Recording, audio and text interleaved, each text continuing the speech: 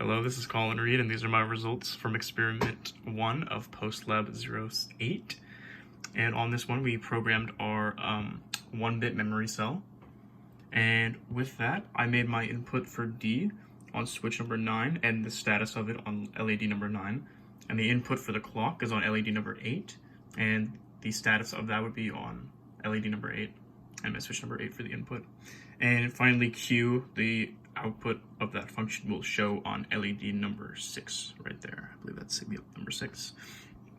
So on this as clock should be, if I move D without the clock active, it shouldn't affect the result of the output. So when I flip it, it just shows the status light turns on and the output stays off. When I flip the clock, and obviously since D doesn't have an input at the moment, it's going to just display nothing still, because it's going to set it to 0.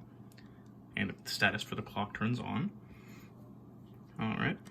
And finally, when I flip D on, and I flip the clock, the function should turn to 1 as it's saving it from the new input D. So when I do that, all lights are on. And finally, when I flick the clock down and I flick D down, this light should stay on to show that it saved the input. And it does that. So as you can see, and if I wanted to reset it back to 0, all I have to do is flip the clock back to 1 to reset its function value. And now everything works. It shows all the inputs, and that is all. Thank you very much.